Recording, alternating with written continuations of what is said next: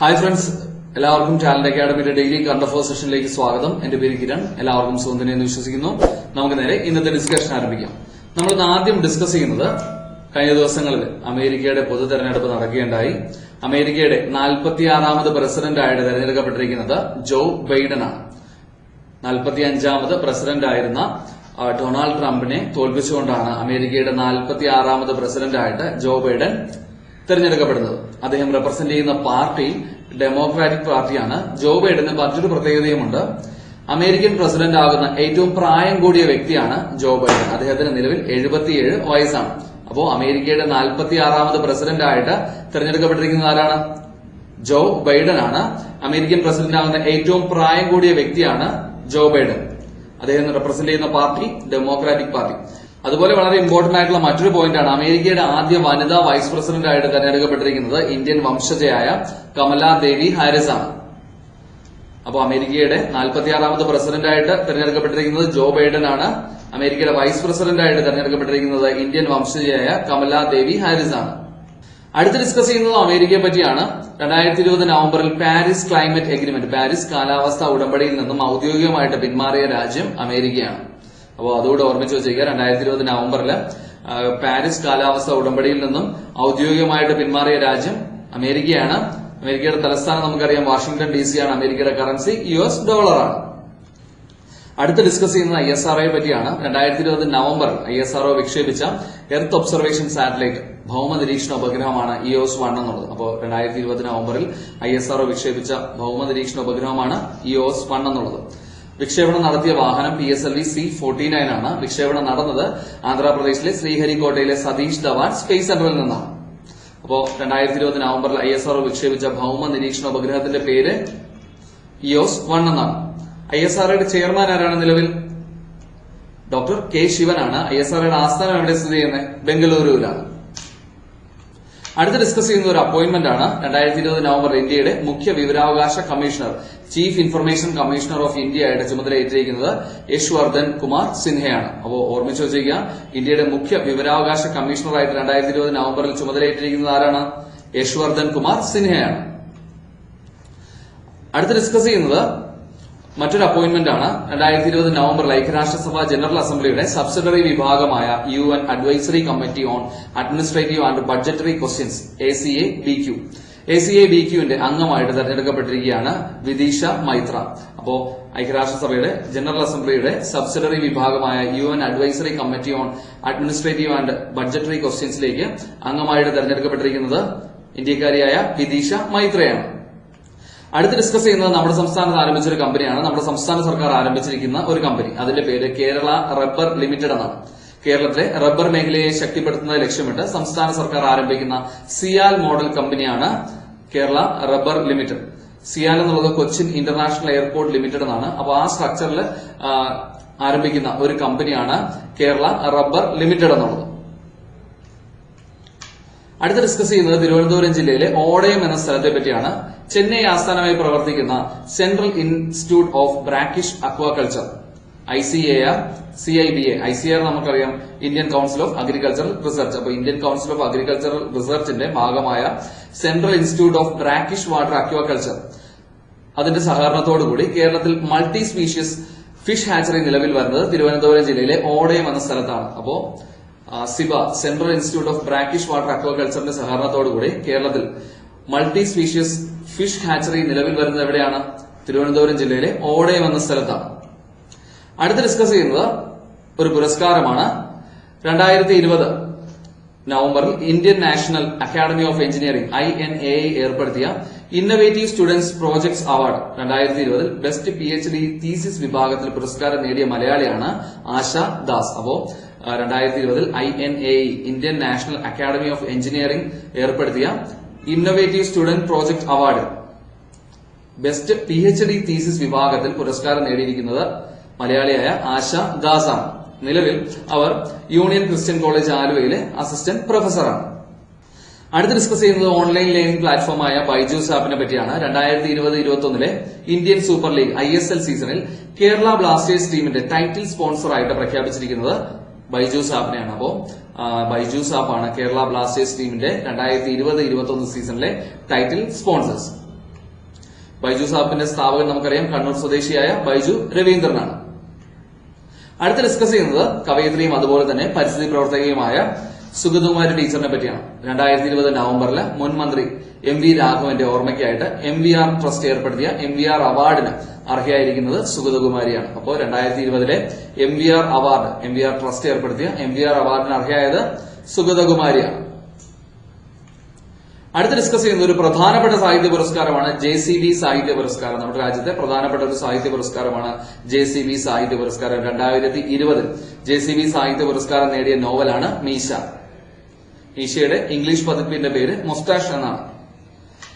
ഈ novel രചിച്ചിരിക്കുന്നത് S. ഹരീഷാണ്. ഈ നോവലിനെ ഇംഗ്ലീഷിലേക്ക് വിവർത്തനം ചെയ്തിരിക്കുന്നത് ജയശ്രീ കളത്തിലാണ്. അപ്പോ 2020 JCB സാഹിത്യ പുരസ്കാരം നേടിയ നോവലാണ് മീശ. JCB സാഹിത്യ പുരസ്കാരത്തിന് സമ്മാനത്തുക 25 ലക്ഷമാണ്. 2019 ഈ പുരസ്കാരം നേടിയിരിക്കുന്നത് ദ ഫാർ ഫീൽഡ് എന്ന നോവലിന് മാധുരി വിജയിക്കാണ്. അപ്പൊ 2020 JCB സാഹിത്യ പുരസ്കാരം നേടിയിരിക്കുന്ന ആരാണ്? S. ഹരീഷാണ്. അദ്ദേഹത്തിന്റെ മീശ എന്ന നോവലിനാണ് അദ്ദേഹത്തിന് 2020 JCB സാഹിത്യ പുരസ്കാരം ലഭിച്ചിരിക്കുന്നത്. മീശ എന്ന നോവൽ ഇംഗ്ലീഷിലോട്ട് ട്രാൻസ്ലേറ്റ് ചെയ്തിരിക്കുന്നത് ആരാണ്? ജയശ്രീ കളത്തിലാണ്. അടുത്ത് ഡിസ്കസ് ചെയ്യുന്നത് 2020 നവംബറിൽ കേരളത്തിന്റെ ഔദ്യോഗിക തവളയായിട്ട് സംസ്ഥാനത്തെ ഔദ്യോഗിക തവളയായിട്ട് പ്രഖ്യാപിക്കുന്നത് പർപ്പിൾ ഫ്രോഗിനെയാണ്. പർപ്പിൾ ഫ്രോഗ് അറിയപ്പെടുന്ന നാടൻ പേരുകളാണ് പാതാള തവള, അതുപോലെ തന്നെ മഹാബലി തവള, പന്നിമൂക്കൻ തവള എന്നൊക്കെ നാടൻ പേരിൽ അറിയപ്പെടുന്ന തവളയാണ് പർപ്പിൾ ഫ്രോഗ്.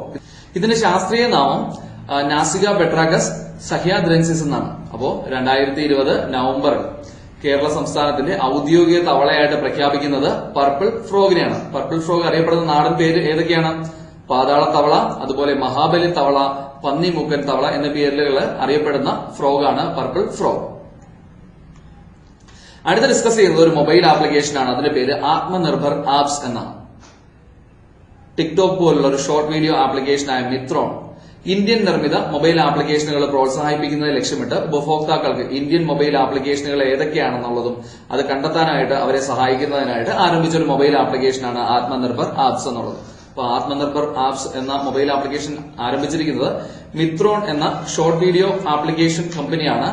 അപ്പോ അവര് ഇന്ത്യൻ മെയ്ഡ് ആയിട്ടുള്ള മൊബൈൽ ആപ്ലിക്കേഷനുകൾ ജനങ്ങൾക്ക് പരിചയപ്പെടുത്തി കൊടുക്കുന്നതിനും അതുപോലെ തന്നെ അവർ അതൊക്കെ കണ്ടെത്താൻ സഹായിക്കുന്നതിനുമായിട്ട് ആരംഭിച്ച മൊബൈൽ ആപ്ലിക്കേഷനാണ് ആത്മനിർഭർ ആപ്സ് എന്നുള്ളത്. അടുത്ത ഡിസ്കസ് ചെയ്യുന്നത് കേന്ദ്ര ഷിപ്പിംഗ് മന്ത്രാലയത്തിനെ പറ്റിയാണ്. കേന്ദ്ര ഷിപ്പിംഗ് മന്ത്രാലയത്തിന്റെ പുതിയ പേരാണ് പോർട്സ് ഷിപ്പിംഗ് ആൻഡ് വാട്ടർവേസ് മന്ത്രാലയം. അപ്പോൾ ഓർമ്മിച്ച് വെച്ചേക്കാം, യൂണിയൻ HRD മിനിസ്ട്രിയുടെ പുതിയ പേരെന്തായിരുന്നു? യൂണിയൻ എഡ്യൂക്കേഷൻ മിനിസ്ട്രി എന്നായിരുന്നു. അതുപോലെ കേന്ദ്ര ഷിപ്പിംഗ് മന്ത്രാലയത്തിന്റെ പുതിയ പേര് പോർട്സ് ഷിപ്പിംഗ് ആൻഡ് വാട്ടർവേസ് മന്ത്രാലയം എന്നാണ്. നിലവിൽ ഈ വകുപ്പ് കൈകാര്യം ചെയ്യുന്ന കേന്ദ്രമന്ത്രി ആരാണ്? ശ്രീ മൻസുഖ് എൽ മണ്ഡാവിയാണ്. അടുത്ത് നമ്മൾ ഡിസ്കസ് ചെയ്യുന്നത് തമിഴ്നാട് സംസ്ഥാനത്തെ പറ്റിയാണ്. 2019 കേന്ദ്ര ജൽശക്തി മന്ത്രാലയം ഏർപ്പെടുത്തിയ നാഷണൽ വാട്ടർ അവാർഡ്സിൽ സംസ്ഥാനങ്ങൾ മികച്ച സംസ്ഥാനങ്ങളുടെ വിഭാഗത്തിൽ പുരസ്കാരം നേടിയ സംസ്ഥാനമാണ് തമിഴ്നാട്. അപ്പോൾ 2019 നാഷണൽ വാട്ടർ അവാർഡ്സിൽ ബെസ്റ്റ് സ്റ്റേറ്റ് വിഭാഗത്തിൽ പുരസ്കാരം നേടിയ സംസ്ഥാനം ഏതാണ്? നമ്മുടെ അയൽ സംസ്ഥാനമായ തമിഴ്നാടാണ്. ഈ പുരസ്കാരം ഏർപ്പെടുത്തിയിരിക്കുന്നത് കേന്ദ്ര ജൽശക്തി മന്ത്രാലയമാണ്. നിലവിൽ കേന്ദ്ര ജൽശക്തി മന്ത്രാലയം കൈകാര്യം ചെയ്യുന്ന കേന്ദ്രമന്ത്രി ആരാണ്? ശ്രീ ഗജേന്ദ്ര സിംഗ് ഷെഖാവത്താണ്. തമിഴ്നാടിന്റെ മുഖ്യമന്ത്രി ശ്രീ എടപ്പാടി പളനിസ്വാമിയാണ്. ഗവർണർ ശ്രീ ബൻവാരിലാൽ പുരോഹിതാണ്.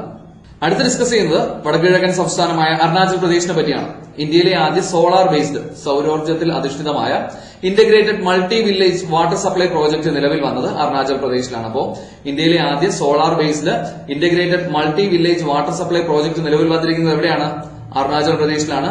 അരുണാചൽ പ്രദേശിലെ ലോവർ ദിബാങ് വാലി ജില്ലയിലാണ് ഇന്ത്യയിലെ ആദ്യ solar based integrated multi village water supply project നിലവിൽ വന്നിരിക്കുന്നത്. അരുണാചൽ പ്രദേശിന്റെ തലസ്ഥാനം നമുക്കറിയാം ഇറ്റാനഗർ ആണ്. അരുണാചൽ പ്രദേശിന്റെ മുഖ്യമന്ത്രി ശ്രീ പെമ ഖണ്ഡു, ഗവർണർ ശ്രീ VD മിശ്ര. അടുത്ത് ഡിസ്കസ് ചെയ്യുന്നത് പഞ്ചാബിൽ ആരംഭിച്ചൊരു പദ്ധതിയാണ്. അതിന്റെ പേര് മിഷൻ ശത് പരിഷത് എന്നാണ്. 2020-21 കാലയളവിൽ വിദ്യാലയങ്ങളിൽ 100% വിജയം ഉറപ്പുവരുത്തുന്നതിന് അതുപോലെ തന്നെ വിദ്യാഭ്യാസ മേഖലയെ ഈ കോവിഡിന്റെ പശ്ചാത്തലത്തിൽ ശാക്തീകരിക്കുന്നതുകൂടി ലക്ഷ്യമിട്ടുകൊണ്ട് പഞ്ചാബിൽ ആരംഭിച്ച പദ്ധതിയാണ് മിഷൻ ശത് പരിഷത് എന്നുള്ളത്. അപ്പോ മിഷൻ ശത് പരിഷത് എന്ന പദ്ധതി ആരംഭിച്ചിരിക്കുന്ന ഏത് സംസ്ഥാനമാണ്? പഞ്ചാബിലാണ് വിദ്യാഭ്യാസ മേഖലയിലെ ഉന്നമനത്തിനായിട്ട് പഞ്ചാബിൽ ആരംഭിച്ച പദ്ധതിയാണ് മിഷൻ ശത് പരിഷത്ത് എന്നുള്ളത്. പഞ്ചാബിന്റെ ക്യാപിറ്റൽ നമുക്കറിയാം ചണ്ഡീഗഡ് ആണ്. പഞ്ചാബിന്റെ മുഖ്യമന്ത്രി ക്യാപ്റ്റൻ അമരീന്ദർ സിംഗ് ആണ്. ഗവർണർ ശ്രീ VP സിംഗ് ബദ്നോർ ആണ്. അടുത്ത് ഡിസ്കസ് ചെയ്യുന്നത് സ്പോർട്സ് റിലേറ്റഡ് ആയിട്ടുള്ള 1-2 ന്യൂസ് ആണ്. അതിലൊന്നാണ് മുൻ വെസ്റ്റ് ഇൻഡീസ് ക്രിക്കറ്റ് താരമായ മൈക്കിൾ ഹോൾഡിങ്ങിനെ ലണ്ടൻ ആസ്ഥാനമായുള്ള MCC മാർലിബോൺ ക്രിക്കറ്റ് ക്ലബിന്റെ പാറ്റേണായിട്ട് നിയമിച്ചിരിക്കുകയാണ്. അപ്പോ ലണ്ടൻ ആസ്ഥാനമായുള്ള MCC മാർലിബോൺ ക്രിക്കറ്റ് ക്ലബിന്റെ പാറ്റേണായിട്ട് നിയമിതരായിരിക്കുന്നത് ആരാണ്? മുൻ വെസ്റ്റ് ഇൻഡീസ് ക്രിക്കറ്റ് താരം മൈക്കിൾ ഹോൾഡിംഗ് ആണ്. MCCയുടെ നിലവിലെ പ്രസിഡന്റ് മുൻ ശ്രീലങ്കൻ ക്രിക്കറ്റ് താരം കുമാർ സംഗകരയാണ്. അടുത്ത് നമ്മൾ ഡിസ്കസ് ചെയ്യുന്നത് റഷ്യൻ ടെന്നീസ് താരം ഡാനിൽ മെദ്വദേവിനെ പറ്റിയാണ്. 2020 നവംബറിൽ പാരീസ് മാസ്റ്റേഴ്സ് പുരുഷ വിഭാഗം ടൈറ്റിൽ നേടിയ താരമാണ് ഡാനിൽ മെദ്വദേവ്. അപ്പോൾ ഓർമ്മിച്ചു വെച്ചേക്കാം, റഷ്യൻ ടെന്നീസ് താരമായ ഡാനിൽ മെദ്വദേവ് ആണ് 2020 പാരീസ് മാസ്റ്റേഴ്സ് പുരുഷ വിഭാഗം ടെന്നീസ് ടൂർണമെന്റ് കിരീടം നേടിയിരിക്കുന്നത്. അടുത്ത് ഡിസ്കസ് ചെയ്യുന്ന കുറച്ച് പുസ്തകങ്ങളാണ്. അതിലൊന്നാണ് Rasathi the other side of a transgender എന്നുള്ളത്. ഈ പുസ്തകം രചിച്ചിരിക്കുന്നത് മുൻ SPG ഓഫീസറായ ശശീന്ദ്രൻ കല്ലിൻകീഴാണ്. അപ്പോ Rasathi the other side of a transgender എന്ന പുസ്തകം രചിച്ചിരിക്കുന്നത് ശശീന്ദ്രൻ കല്ലിൻകീഴാണ്. അതുപോലെ മറ്റൊരു പുസ്തകമാണ് the coward and the sword എന്നുള്ളത്. ഇത് കുട്ടികൾക്കായിട്ട് പ്രശസ്ത അഭിനേതാവ് ജുഗൽ ഹൻസ്രാജ് രചിച്ച പുസ്തകമാണ് the coward and the sword എന്നുള്ളത്. അടുത്ത് ഡിസ്കസ് ചെയ്യുന്ന ഒരു വിയോഗമാണ്. 2020 നവംബറിൽ അന്തരിച്ച മുൻ സിക്കിം മുഖ്യമന്ത്രിയാണ് സഞ്ജാമൻ ലിംബോ. ഇനി ഇന്നത്തെ ക്വസ്റ്റ്യൻ ഓഫ് ദി ഡേ ആണ്. കഴിഞ്ഞ ദിവസം നമ്മൾ ഡിസ്കസ് ചെയ്ത ടോപ്പിക്കാണ് ഇന്ന് ക്വസ്റ്റ്യൻ ഓഫ് ദി ഡേ ആയിട്ട് ചോദിക്കുന്നത്.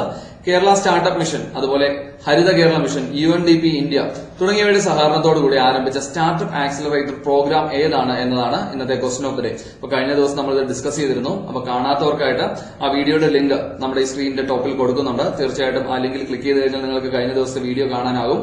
അപ്പോൾ കാണാത്തവർ തീർച്ചയായിട്ടും ആ വീഡിയോ പോയി കാണുക, പോയിന്റ്സ് ഒക്കെ നോട്ട് ചെയ്ത് വെച്ച് പഠിക്കുക. അതുപോലെ കഴിഞ്ഞ ദിവസം നമ്മള് ചോദിച്ചിരുന്ന ചോദ്യമാണ് പാർശ്വവൽകൃത സമൂഹങ്ങളിൽ നിന്നുള്ള വിദ്യാർത്ഥികളുടെ കലാകായിക മേഖലയിലെ വളർച്ചയും പുരോഗതിയും ലക്ഷ്യമാക്കി സമഗ്ര ശിക്ഷാ കേരളം നടപ്പിലാക്കി വരുന്ന പദ്ധതി ഏതാണെന്നുള്ളത്. അപ്പൊ നിങ്ങൾ പലരും അതിന് ഉത്തരം എഴുതിയിരുന്നു. ആ പദ്ധതിയുടെ പേരാണ് നാട്ടരങ്ങ് എന്നുള്ളത്. ഓക്കെ ഫ്രണ്ട്സ്, അപ്പൊ ഇന്നത്തെ വീഡിയോയിൽ നമ്മൾ ഡിസ്കസ് ചെയ്തത് ടാലന്റ് അക്കാഡമിയുടെ ഡെയിലി കറണ്ട് അഫയേഴ്സ് അപ്ഡേറ്റ്സ് ആണ്. ടാലന്റ് അക്കാഡമിയുടെ ഡെയിലി കറണ്ട് അഫയേഴ്സ് അപ്ഡേറ്റ്സുകൾ നിങ്ങൾക്ക് ഉപകാരപ്പെടുന്നുണ്ടെങ്കിൽ തീർച്ചയായിട്ടും നിങ്ങളുടെ ഫ്രണ്ട്സിന് അത് ഷെയർ ചെയ്ത് കൊടുക്കുക.